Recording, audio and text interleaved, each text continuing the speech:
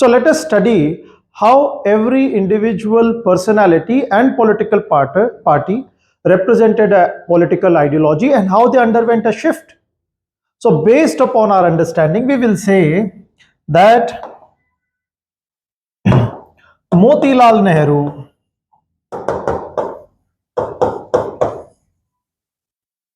Tej Bahadur Sapru, or even C. Rajgopalachari or Gopal Krishna Gokhale.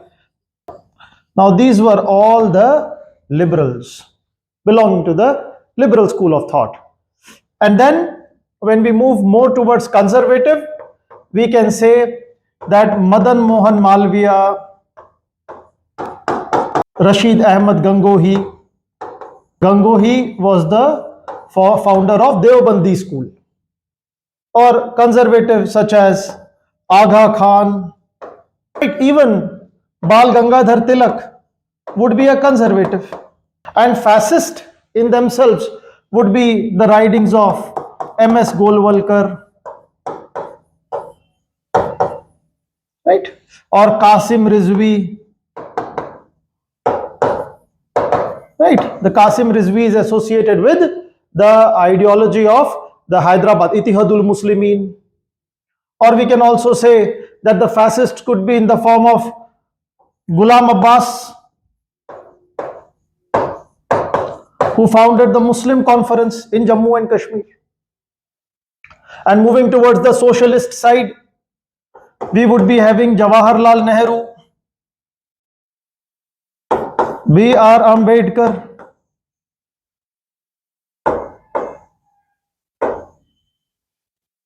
or you can have socialists such as even Sheikh Abdullah.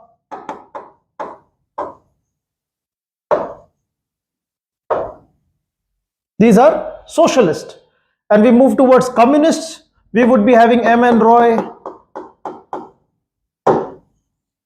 Shaukat Usmani,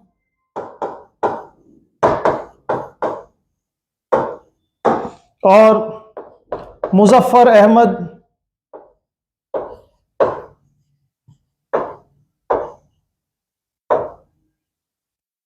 Shripad Amrit Dange.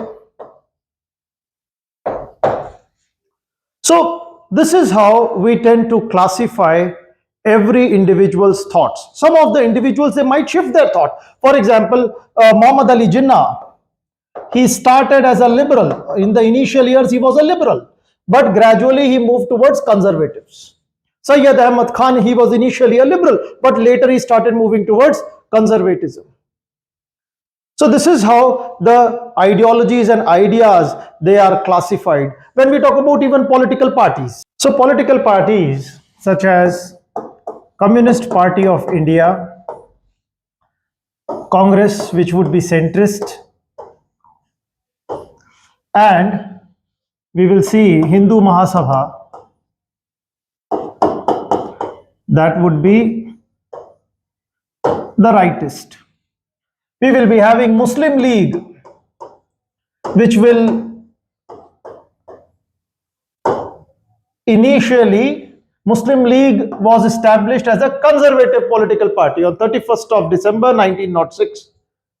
And then it will move towards a liberal mindset during the non-cooperation movement, but immediately after non-cooperation movement, it will move towards the fascist form. And by 1940s, Muslim League would be characterized by fascist ideology. It would be extreme rightist in its narrative. So after 1920s, especially after 1930s, if you look at the Lahore Resolution and the Pakistan Day, subsequently Muslim League was identified as a fascist political organization. There were other fascist political organizations also. For example, Qasim Rizvi, when he headed Ittihadul Muslimin, or Ghulam Abbas of Kashmir when he was heading the Muslim Conference. Congress will keep moving between this realm of political spectrum. For example, the early phase of the Congress from 1885 till 1892, Indian Councils Act, we had the liberals dominating the ideology of the Congress. And after 1892, when there was disappointment from the Indian Councils Act 1892, we saw gradually extremists, it started gaining foothold within the Congress. We have New Lamps for Old by Aurobindo, we have Bal Gangadhar Tilak, Lala Lajpat Rai, Bipin Chandrapal, and all these, they expressed extremist ideas. And this ideological difference between the liberals and the extremists, it will lead to a split, following which again the liberals, they will have a stronghold over the Congress. There would be a Lucknow Pact where this ideological difference would be cemented, and after this we will see Gandhi and his leadership, which would be ensuring that Congress remains more of a centrist political ideology based upon consensus building.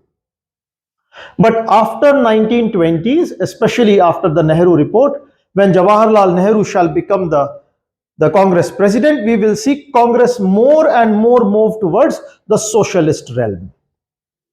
And the Communist Party of India was already extreme leftist in its narrative. So whenever we are looking at the modern Indian history, we will always see that ideologies of a political party, it was always swinging from right to left or left to right based upon the prevailing circumstances. Even after independence, if you look at, we had Congress dominated by certain members of the right and certain members of the left. Jawaharlal Nehru was more socialist. Dr. Rajendra Prasad tended to be bit conservative. And we will see amongst the liberals, we will see C. Rajgopalachari forming Swatantra Party, J.B. Kripalani forming Swatantra Party.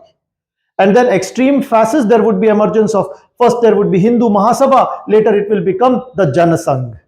Among the left, we would be having the Communist Party. Socialist, it will emerge in the form of Praja Socialist Party by Ram Manohar Lohia. So this is how the ideological dimensions played a very important role in shaping up Indian political ideological scenario, or in narrating the idea of India. Now, one very important question you might ask is, how do we understand Gandhi and his idea of consensus building? Now, when we talk about the Gandhian thought, now over here we need to have a good understanding of all political ideologies. Now, socialists, they disagreed with the liberals on the basis of class conflict.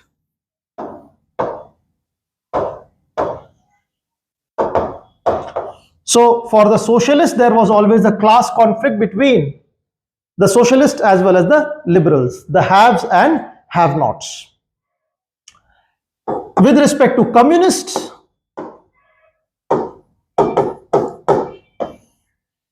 communists will say state is an instrument of bourgeoisie. So they would be anti-state. Communists, they would be against state. So we can say that communists at times, they would be anarchists also. Anarchist is an ideology against state. And when we talk about the liberals, we would be having conservatives. And these conservatives would be emphasizing more upon tradition. And then we would also be having the fascists who would glorify nation, who would call for sacrifice for the nation. Now, what Gandhi and his ideology claimed, that rather than class conflict, it emphasized upon class cooperation. So Gandhi aimed at promoting class cooperation so as to resolve the difference between the socialists and liberals. As an alternative to socialist idea of class conflict, Gandhi promoted Sarvodaya, that is compassion for all. In order to accommodate tradition, he emphasized the concept of Ram Rajya. And in order to emphasize upon the socialist narrative of state or idea of a true freedom that socialists claim, he glorified the concept of Swaraj. He claimed that Swaraj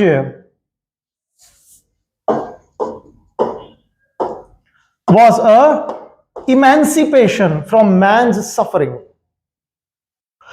And when we talk about the idea of nation, Gandhi, he elaborated the idea of nation. He emphasized upon India's civilizational heritage as well as its tradition. So when we are talking about Gandhian concept of Sarvodaya, Gandhian concept of Ram Rajya, Gandhian concept of class cooperation, his concept of Swarajya, it is not some form of selection of a political ideology, but it aimed at somehow including elements of all political ideology, and which he termed as consensus building.